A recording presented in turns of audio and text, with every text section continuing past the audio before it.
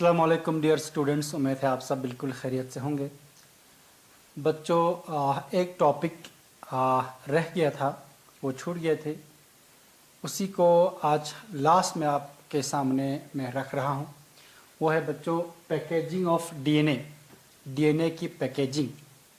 उसको पहले आपको बताना चाहिए था, लेकिन चलो देर से ही सही मुझे याद आ गया, तो इंशाल्लाह आज हम ये टॉपिक पूरा करेंगे।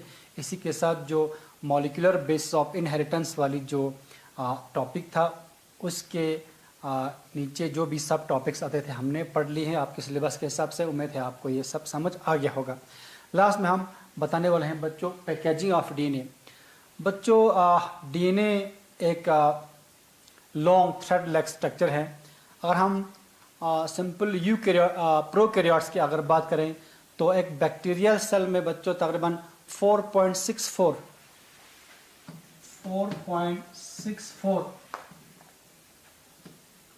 मिलियन बेस पेयर तो आप समझते हो डीएनए डबल स्ट्रैंड है, उसमें जो बेस पेयरिंग में होती है उसको हम बेस पेयर कहते हैं। मिसाल जैसे ATG इस तरह से है, ये TAG इस तरह से है, तो ये एक बेस पेयर, ये दूसरा बेस पेयर। इस तरह से बेस पेयरिंग के हिसाब से हम डीएनए की साइज बेस पेयरिंग में हम बताते हैं बच्चों, मेजर करते हैं। तो एक बेस पेयर, दो बेस पेयर, तीन बेस पेयर। अगर मैं आपको कहूँ कि ये जो डीएनए यहाँ मैंने बनाया इसकी लेंथ कितनी है, आप कहोगे कि ये 3 बेस पेयर है। ठीक है, तो जो बैक्टीरियल जीनोम होता है बच्चों, ठीक, वो तकरीबन होती है 4.64 मिलियन बेस पेयर्स होती है। इतना लंबा डीएनए, बैक्टीरियल की सेल की साइज भी बहुत छोटी होती है। उस छोटे सेल में एक खास जगह ये डीएनए जो है वो पैक करके रखना पड़ता है। कुछ बेसिक प्रोटीन्स होती है, पॉजिटिवली चार्ज प्रोटीन्स के साथ ये नेगेटिवली चार्ज डीएनए जो है, डीएनए नेगेटिवली चार्ज होती है, वो उनके साथ कंबाइन होकर एक छोटी सी जगह में ये डीएनए रहता है बच्चों, पैक होकर रहता है। ठीक, इस रीजन को हम कहते हैं न्यूक्लियोइड। आपको मालूम है डीएनए के बाहर कोई वेल डिफाइंड बाउंड्री तो है नहीं, तो बैक्टीरिया में डीएनए एक खास रीजन में पैक होकर रहता है। तकरीबन 4.64 मिलियन बेस पेयर वाली जो डीएनए है वो कॉम्पैक्टली पैक होकर एक खास रीजन में रहता है, उसको हम न्यूक्लियोइड कहते हैं। ठीक है बच्चों, इससे आगे हम अगर बात करें तो यूकैरियोट्स की डीएनए पैकेजिंग पे हम जरा फोकस करेंगे।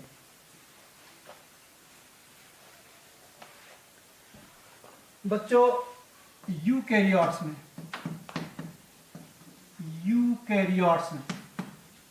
हम मिसाल लेते हैं अपने ह्यूमन की। फॉर एग्जांपल ह्यूमंस में जो डीएनए की साइज है, अगर हम हैप्लॉइड सेट की बात करें तो जो डीएनए की साइज है तकरीबन 3 बिलियन बेस पेयर्स होते हैं। लेकिन हमारे सेल में जो है हर क्रोमोसोम 2-2 के ग्रुप में होता है बच्चों, उसको हम कहते हैं डिप्लॉइड। तो एक डिप्लॉइड सेल में, ये तो हैप्लॉइड सेल होता है, हैप्लॉइड सेल मिसाल के तौर पर जो गैमीट्स हैप्लॉइड होती है, उनमें 3 बिलियन बेस पेयर्स होते हैं डीएनए की। बाकी हमारे तमाम सेल जो है वो डिप्लॉइड है। तो डिप्लॉइड में इसी को डबल करो तो 6 बिलियन बेस पेयर की डीएनए है एक डिप्लॉइड सेल में। ठीक है, एक डिप्लॉइड सेल में जो हमारे बॉडी के तमाम सेल है वो डिप्लॉइड सेल्स हैं, उनमें 6 बिलियन बेस पेयर डीएनए है। अगर हम इसकी लंबाई देखना चाहिए, इस 6 बिलियन बेस पेयर डीएनए की लंबाई कितनी होगी, आराम से आप कैलकुलेट कर सकते हो। डीएनए की स्ट्रक्चर पढ़ने के दौरान आपको बताया गया था कि डीएनए में 2 बेस पेयर्स के दरमियान, जैसे यहाँ बताया था आपको CTG मिसाल, ये GAC, तो ये एक बेस पेयर, ये 2 बेस पेयर। 2 बेस पेयर के दरमियान जो डिस्टेंस आपको बताया गया था बच्चों, नैनोमीटर में अगर आपको याद हो, आपने बोला नहीं है तो आप देख भी सकते हो, बिटवीन टू बेस पेयर्स जो डिस्टेंस होता है बच्चों, डिस्टेंस है वो है 0.34 नैनोमीटर। एंगस्ट्रॉम में 3.4 एंगस्ट्रॉम बोला था आपको। नैनोमीटर में अगर मेजर करेंगे तो 0.34 नैनोमीटर दो बेस के दरमियान की लंबाई है। अब आपके पास 6 बिलियन बेस पेयर्स है डीएनए की, तो इसकी लंबाई कितनी होगी? सिंपली आप इसको क्या करो, मल्टीप्लाई करो। 0.34 नैनोमीटर अगर मीटर में कन्वर्ट करेंगे तो वही बन जाएगा बच्चों 0.34 इंटू 10⁻⁹ मीटर, क्योंकि 1 नैनोमीटर बराबर होती है 10⁻⁻�9 मीटर की। ठीक है, तो मीटर में हमने कन्वर्ट किया, ये बिटवीन टू बेस के डिस्टेंस है 0.34 इंटू 10⁻⁹ मीटर। तो हम देखेंगे 6 बिलियन बेस पेयर्स की लंबाई कितनी होगी, तो हम यहां लिखेंगे length of 6 billion base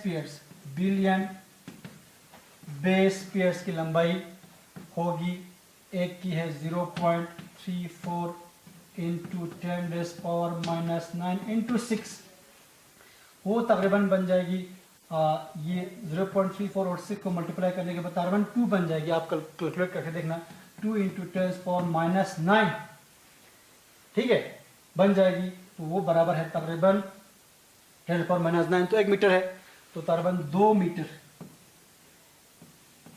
metre लंबी डीएनए हो जाएगी बच्चों हमारी डीएनए की लंबाई। 6 बिलियन बेस पेयर जो हमारा डीएनए है सेल के न्यूक्लियस के अंदर, उसकी लंबाई 2 मीटर बन जाता है। तो 2 मीटर डीएनए, अगर हम न्यूक्लियस की साइज देखेंगे, साइज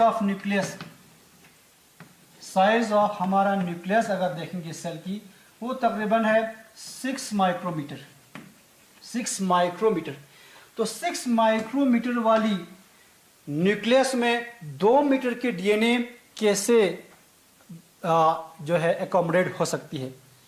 ठीक है, तो इस 2 मीटर डीएनए को एकोमोडेट करने के लिए 6 माइक्रोमीटर वाली न्यूक्लियस में एक चीज करनी पड़ती है बच्चों, वो है पैकेजिंग, पैक करना पड़ता है।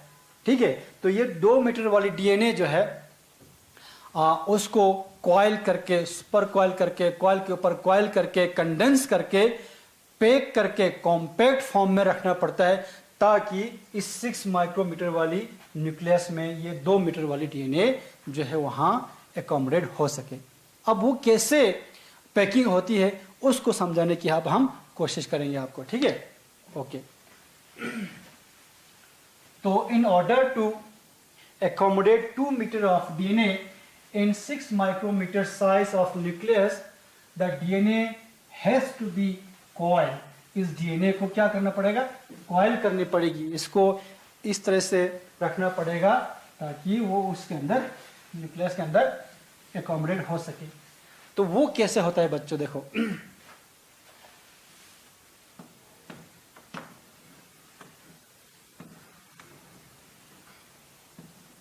ये डीएनए है, ये क्या है बच्चों? डीएनए। डीएनए की डायमीटर कितना है आपको पता है? 2 नैनोमीटर। नैनोमीटर में हम करेंगे 2 नैनोमीटर, 20 एंगस्ट्रॉम। 2 नैनोमीटर वाली ये जो डीएनए है, ठीक, ये कॉइल होता है बच्चों। आपको पता है डीएनए की नेगेटिव चार्ज है। डीएनए में जो शुगर फॉस्फेट बैकबोन है उसमें जो फॉस्फेट है, ठीक है, उसकी वजह से डीएनए की चार्ज नेगेटिव है। दिस नेगेटिवली चार्ज डीएनए जो है वो कॉइल होती है कुछ पॉजिटिवली चार्ज प्रोटीन्स के अराउंड। तो वो पॉजिटिवली चार्ज प्रोटीन्स है बच्चों हिस्टोन प्रोटीन्स, उनको हम हिस्टोन प्रोटीन्स कहते हैं। कुछ प्रोटीन्स उनको हम हिस्टोन प्रोटीन्स कहते हैं। ये बेसिक या पॉजिटिवली चार्ज प्रोटीन्स होती।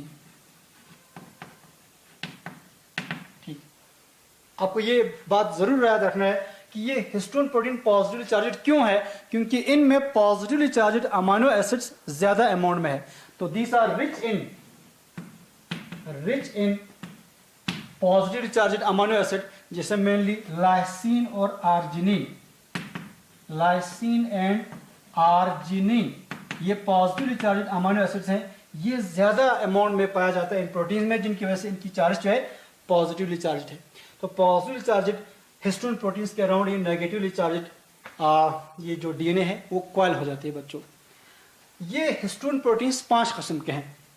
एक है हिस्टोन प्रोटीन 5 किस्म के, यहीं लिखेंगे सामने, H1, H2A, H2B, H3 and H4। 1, 2, 3, 4, 5 किस्म के ये हिस्टोन प्रोटीन्स हैं।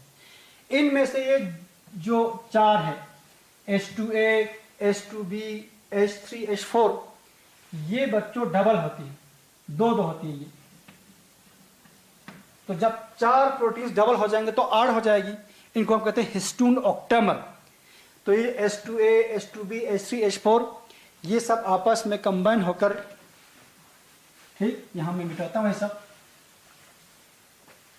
H2A, H2A, H2B, H3, H4, ये प्रोटीन्स 2-2 हैं सब। तो 2-2 हैं तो क्या बनता है ये 2, ये 2, इसके पीछे नजर नहीं आ रहा है। इसको कहते हैं बच्चों हम histone octamer. Histone octamer, octamer means 8 protein का जो ग्रुप है ऑक्टेमर। इस हिस्टोन ऑक्टेमर के इर्द गिर्द ये डीएनए बच्चों कॉइल होती है, कॉइल होते हैं। Negatively charge DNA coils around histone octamer, ठीक। कॉइल कितनी बार होती है? टर्न, 1 टर्न, 2 टर्न, इस तरह से 1.7 टर्न बनाता है ये डीएनए इस हिस्टोन ऑक्टेमर के इर्द गिर्द। उस 1.7 टर्न में तकरीबन 145 से 147 बेस पेयर डीएनए जो है इसमें इस्तेमाल होती है। 145 to 147 base pair of DNA coils around this histone octamer 1.7 turn. इस तरह से एक स्ट्रक्चर बनता है। सिमिलरली यहाँ पर, अब क्योंकि ये समझ आ गया है तो यहाँ पर भी ऐसा ही हिस्टोन ऑक्टेमर के इर्द यहाँ पर भी एक बन जाती है, और एक हिस्टोन ऑक्टेमर के इर्द और 1.7 टर्न की एक स्ट्रक्चर बन जाती है। तो इन स्ट्रक्चर्स को हम कहते हैं बच्चों न्यूक्लियोसोम, न्यूक्लियोसोम कहते हैं। तो याद रखना, negatively charge DNA coils around histone octamer that is composed of H2A, H2B, H3, H4, ठीक है। तो बनाता है एक बीट, यानी ये देखो, आप देखो ये स्ट्रिंग जैसा लगता है, धागा, धागे पर जो है बीट्स जैसा, धागे पर बीट्स की जैसा, बीट्स ऑन स्ट्रिंग, यहां दिखाता हूं मैं, beads on string. String means धागा, धागे पे बीट्स के जैसे, दानों के जैसे स्ट्रक्चर बनाता है। इनको हम कहते हैं बच्चों न्यूक्लियोसोम। क्या कहते हैं? न्यूक्लियोसोम। न्यूक्लियोसोम बनाता है। न्यूक्लियोसोम जब बनता है तो न्यूक्लियोसोम की साइज बन जाती है तकरीबन 11 नैनोमीटर। 2 नैनोमीटर वाला डीएनए कॉइल होकर बनाता है एक bead on string like structure called as beads बनता है जो स्ट्रिंग पर है, न्यूक्लियोसोम उनको कहते हैं। ये न्यूक्लियोसोम, ये भी न्यूक्लियोसोम, ऐसे बहुत सारे न्यूक्लियोसोम, तकरीबन 6 न्यूक्लियोसोम। एक न्यूक्लियोसोम, ये नेगेटिव यहां लिखता हूं, एक न्यूक्लियोसोम, फिर दूसरा न्यूक्लियोसोम, फिर तीसरा न्यूक्लियोसोम, चौथा, पांचवा, छठा, ऐसे कई न्यूक्लियोसोम जब कंबाइन हो जाती है, यही न्यूक्लियोसोम आपस में एक दूसरे के ऊपर कॉइल हो जाती है तो एक और स्ट्रक्चर बन जाती है बच्चों, इसको कहते हैं हम सोलिनॉइड। सोलिनॉइड ये पैकिंग पे पैकिंग होता जा रहा है, कॉइल अपॉन कॉइल बनाता जा रहा है, सोलिनॉइड उसको कहते हैं, सोलिनॉइड। इस सोलिनॉइड की जो साइज है बच्चों, सोलिनॉइड की साइज है तकरीबन 30 नैनोमीटर, 30 नैनोमीटर की क्या बन जाती है, सोलिनॉइड बन जाती है। तो ऐसे सोलिनॉइड्स फिर एक दूसरे के ऊपर कॉइल हो जाते हैं, एक सोलिनॉइड फिर दूसरा, देखो आप यहाँ यही एक के ऊपर एक बनाता हूं मैं,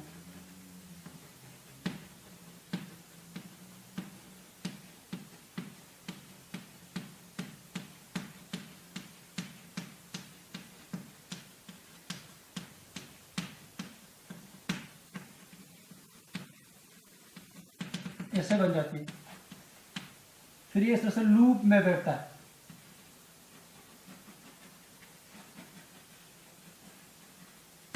इस तरह से इनको कहते हैं बच्चों chromatin fibres. Chromatin fibres, solenoid एक दूसरे के ऊपर कॉइल होते होते बन जाती है क्रोमैटिन फाइबर। इन क्रोमैटिन फाइबर की जो डायमीटर है बच्चों वो बन जाती है 300 नैनोमीटर। फिर इन्हीं क्रोमैटिन फाइबर से बाद में एक डिस्क्रीट बॉडी बनती है,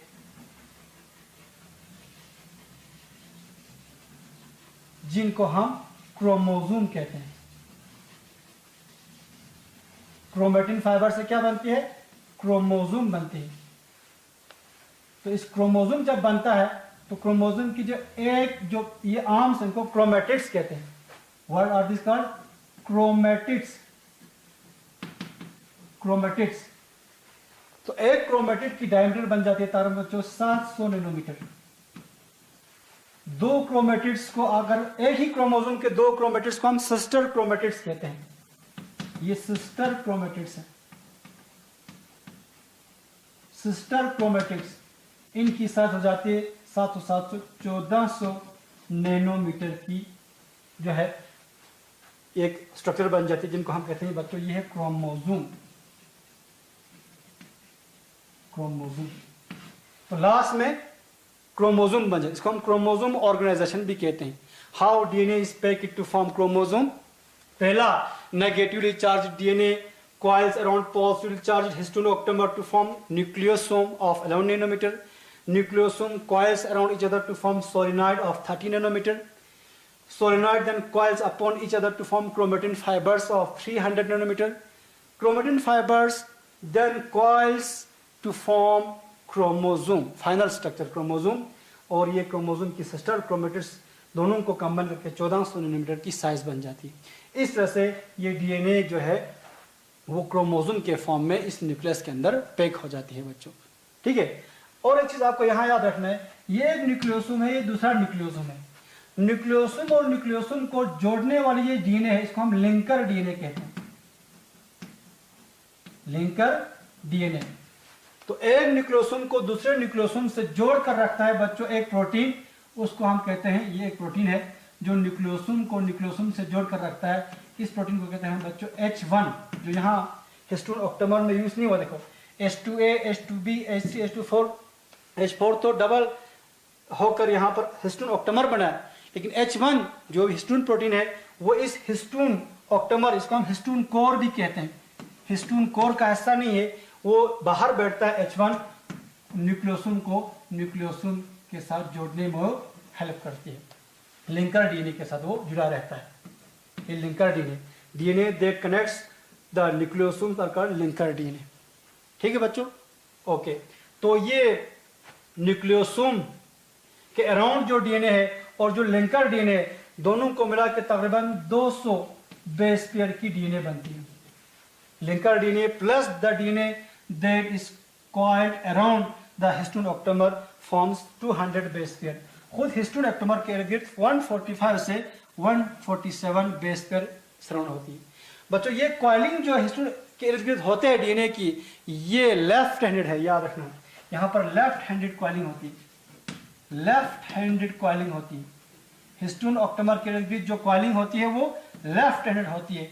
कितना कॉइल, 1.7 टर्न। कितना डीएनए यूज होती है इसमें, 145 to 147 बेस पेयर। ये डाटा है जो आपको कहीं जरूरत पड़ सकती है।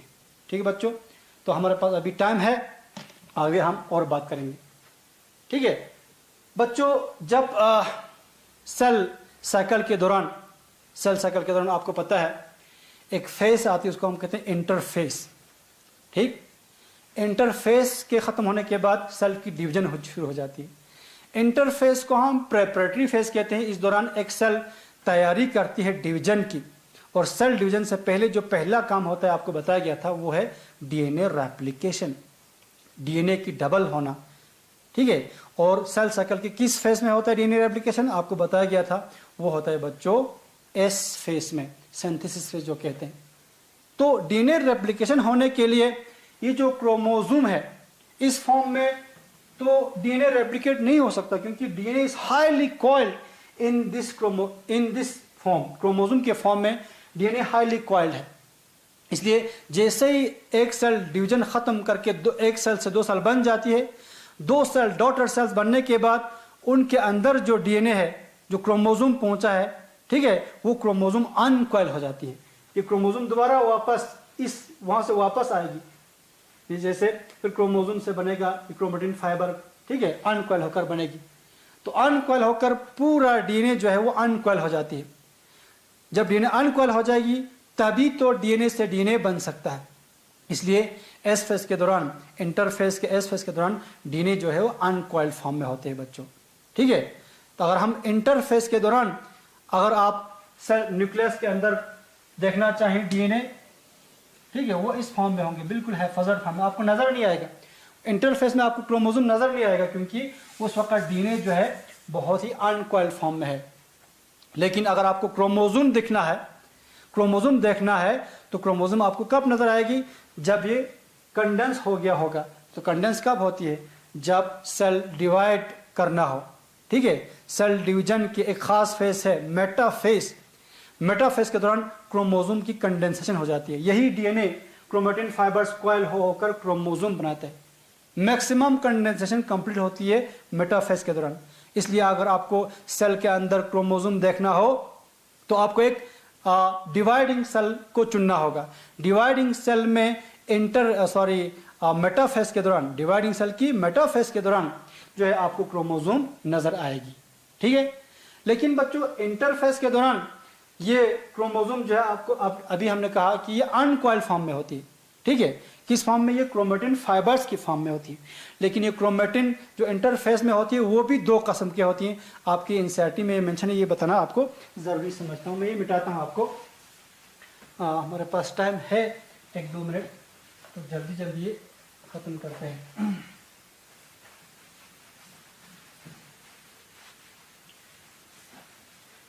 इंटरफेस के दौरान जो क्रोमेटिन होती है वो दो किस्म की होती है। एक कहते हैं बच्चों हेटेरोक्रोमेटिन,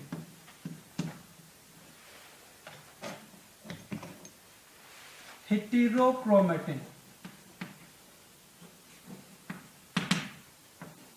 दूसरे को कहते हैं हम यूक्रोमेटिन। क्रोमेटिन फाइबर जो है वो क्रोमेटिन दो किस्म का होते हैं। क्रोमेटिन किससे बनते हैं, डीएनए और हिस्टोन की कॉम्बिनेशन से बनते हैं, यूक्रोमेटिन, ठीक। हेटेरोक्रोमेटिन बच्चों इसकी प्रॉपर्टी मैं यहां लिखता हूं, ये हाईली कंडेंस्ड होती है, हाईली कंडेंस्ड, हाईली कॉइल्ड होती है, हाईली कंडेंस्ड, बहुत कॉइलिंग होती है इसमें, ठीक। आपको बता दूं बच्चों, जब हमको क्रोमेटिन देखना हो तो हम वहां पर स्टेन लगाते हैं, सेल को स्टेनिंग करते हैं। स्टेन मीन्स डाई, यानी कलर लगाते हैं। उस कलर की वजह से ये क्रोमेटिन हमको नजर आती है। कलर जो है ये डीएनए के साथ कंबाइन होकर हमको ये क्रोमेटिन नजर आती है। तो जब हम स्टेन करेंगे इन क्रोमेटिन्स को, तो हेटेरोक्रोमेटिन क्योंकि हाईली कॉइल्ड है, ये ज्यादा से ज्यादा स्टेन को रिटेन करता है, पकड़ता है, इसलिए हमको ये हाईली स्टेन नजर आती है, हाईली स्टेन। जब हम स्टेन करेंगे तो ये स्टेन ज्यादा लेता है, स्टेन मीन्स रंग ज्यादा लेता है, आराम से नजर आ सकता है। हाईली स्टेन, हाईली स्टेन होती है और हाईली कंडेंस्ड भी होती है। जब ये हाईली कॉइल्ड है तो इनमें रेप्लिकेशन जो है, ठीक है, ये रेप्लिकेशन जल्दी नहीं होता, क्योंकि उनको अभी अनकॉइल करनी है, फिर रेप्लिकेशन होनी है, तो ये रेप्लिकेशन इनमें देर से होती है। रेप्लिकेशन तो आखिरकार होना ही होना है, ठीक है, नहीं छूट सकता कोई डीएनए के पार्ट, रेप्लिकेशन के बगैर होना है। लेकिन इनकी रेप्लिकेशन क्योंकि ये हाईली कॉइल्ड है, इनको अनकॉइल होने में टाइम लगेगा, तो ये इनकी कॉइलिंग देर से कॉइलिंग जो है हटाना पड़ता है, और इनकी रेप्लिकेशन देर से होती है, इनको कहते हैं हम late replicating, late replicating, late replicating. ठीक, इनमें जो मौजूद डीएनए है क्योंकि हाईली कॉइल्ड है तो इनकी ट्रांसक्रिप्शन जो है आमतौर पर नहीं होता, ये ट्रांसक्रिप्शन इनकी नहीं होता, तो ये जो हेटेरोक्रोमेटिन होती है ये ट्रांसक्रिप्शनली इनएक्टिव होती है, ट्रांसक्रिप्शनली इनएक्टिव, ये हाईली कॉइल्ड है, इनसे आरएनए नहीं बनता, ट्रांसक्रिप्शनली इनएक्टिव। बिल्कुल इसका अपोजिट है ये यूक्रोमेटिन। यूक्रोमेटिन इनमें कॉइलिंग इतना नहीं है, लेस कंडेंसेड, लेस कंडेंसेड।